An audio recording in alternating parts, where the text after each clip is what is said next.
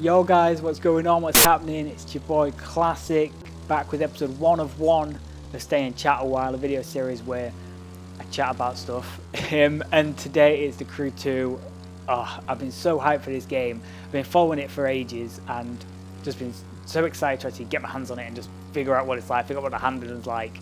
And so this weekend it was the beta and the whole map was open. There was a limited kind of number of race, a limited kind of level you could get to, but the whole world was open. All the cars were available, so if you could kind of grind out enough renown, you could kind of buy anything you want. So it was fun to just be able to jump in and test a few things out. Now, I kind of grew up with Test Drive Unlimited. Test Drive Unlimited 2 especially was one of the games I loved the most because of that open world nature, right? The freedom of being able to go anywhere. And then Forza announced Horizon, obviously Horizon 2, Horizon 3. Loved those games, but here's the thing, right? Horizon games, you get amazing visuals and amazing physics handling, right, of the cars. The Crew, the graphics are a slight downgrade from Horizon, or depending on who you are, maybe a big downgrade, right? But a downgrade nonetheless. And the handling again is a slight downgrade.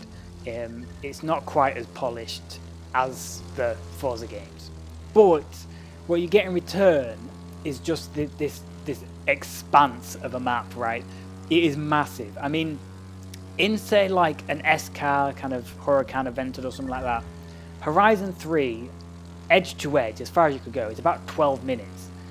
The Crew 2 in a similar car, it's around 50 minutes. Edge to edge is about 90 mile on the Crew 2, furthest point to furthest point. So that just gives you an idea of how big this thing is. And so that kind of explains why the graphics look the way they are and why the handling is the way it is. Now on the handling, they have made big improvements on the first game. That's to start with, right? And it isn't terrible, right? That is my summary of it, right? You can totally live with it. Where it's not quite when the car slides, it's not as nice as Horizon, and it kind of does some weird stuff when you add opposite lock and the car kind of snaps a little bit. But I kind of tune things up to where there's like a slide help thing, so I turn traction off, ESP off, but then add a little slide help to like 1 or 2, which just like it sucks, right?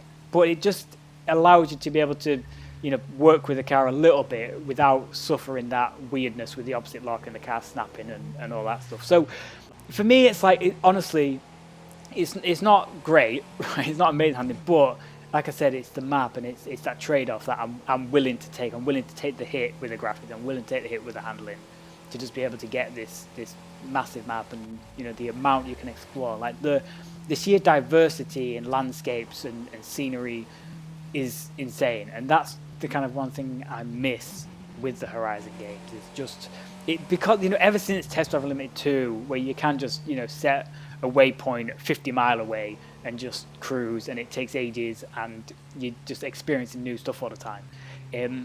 So that for me is like the big draw for this game. And the second thing is obviously planes and boats, where you've seen the plane, and here we are on the speedboat, which the planes are pretty cool. They're not super difficult to handle, but I think to master, it's going to take a bit of time to just be able to place the plane where you want it.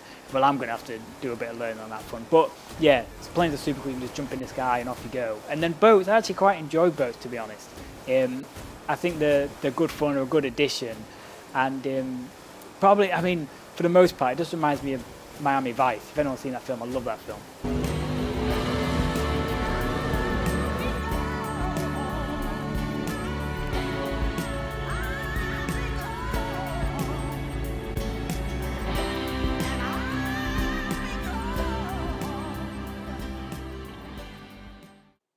And then I bought an Aston.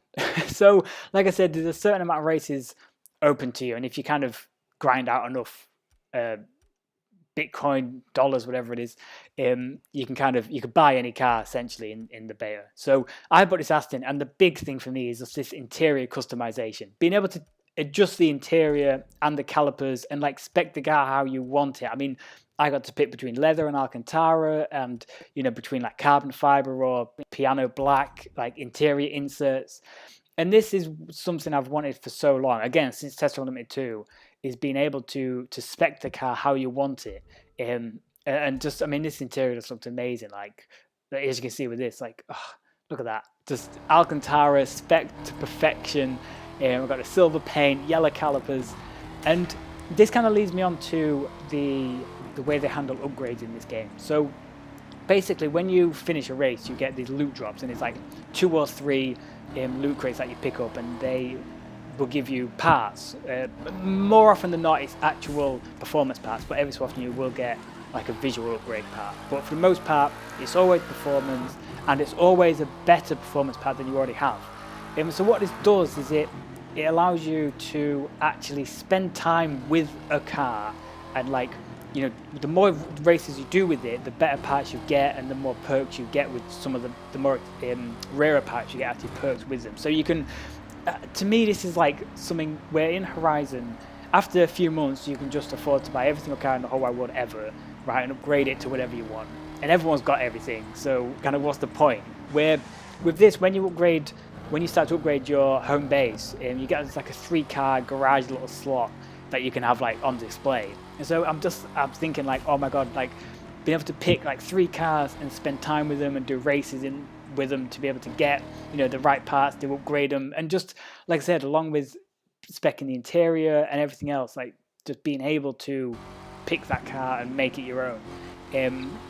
And then it snowed, which was interesting. I'm actually in the south right now, going through Texas or whatever, and just for some reason I paused the game, came back, and it was full on snowing. So thinking about trying a bit of slide and see what the physics is like, and it's not super slippery. It is, in terms of traction and braking, there is obviously like a reduction in traction, but in terms of like sliding about, it's similar to when it rains really. It's about just as slippery, which I was like, right, I've got this, I'm driving 30 miles or something, and we're cruising along, it was taking a half hour, 40 minutes, whatever, and I was like, I just want to see what happens to this snow, and when it disappears and how it disappears.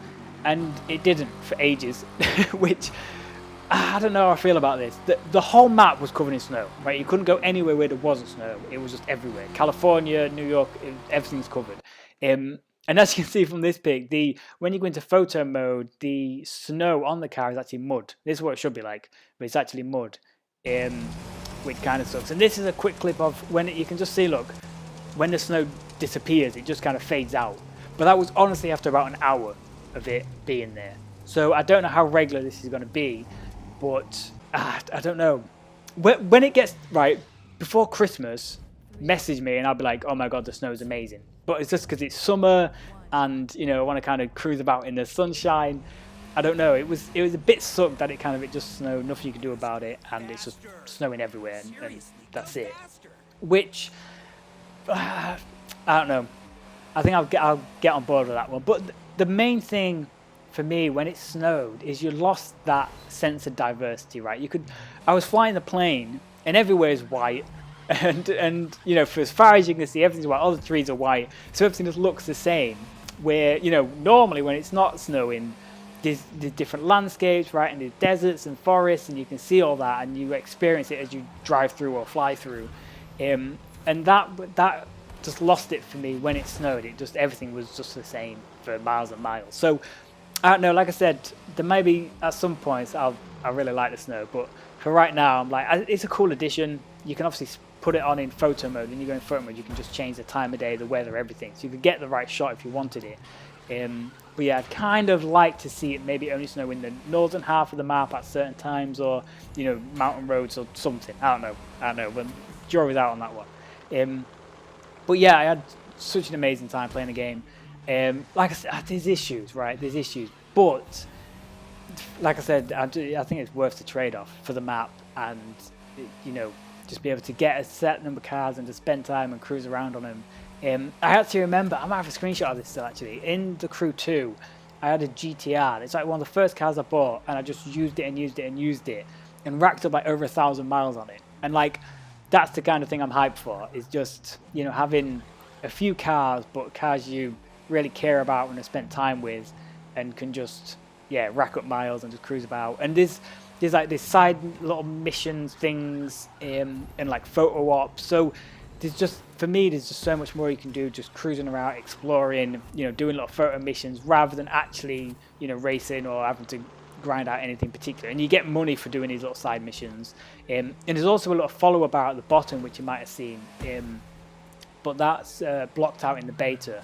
But that, again, I think you get more followers, you get more money, and can progress that way. But yeah, amazing first little look at it. I'm super hyped, can't wait. Hopefully make some more videos in the future. But yeah, there's so much to cover. I probably haven't covered everything, I'll forget. But yeah, I think it's well worth checking out, and I'll see you next time, guys.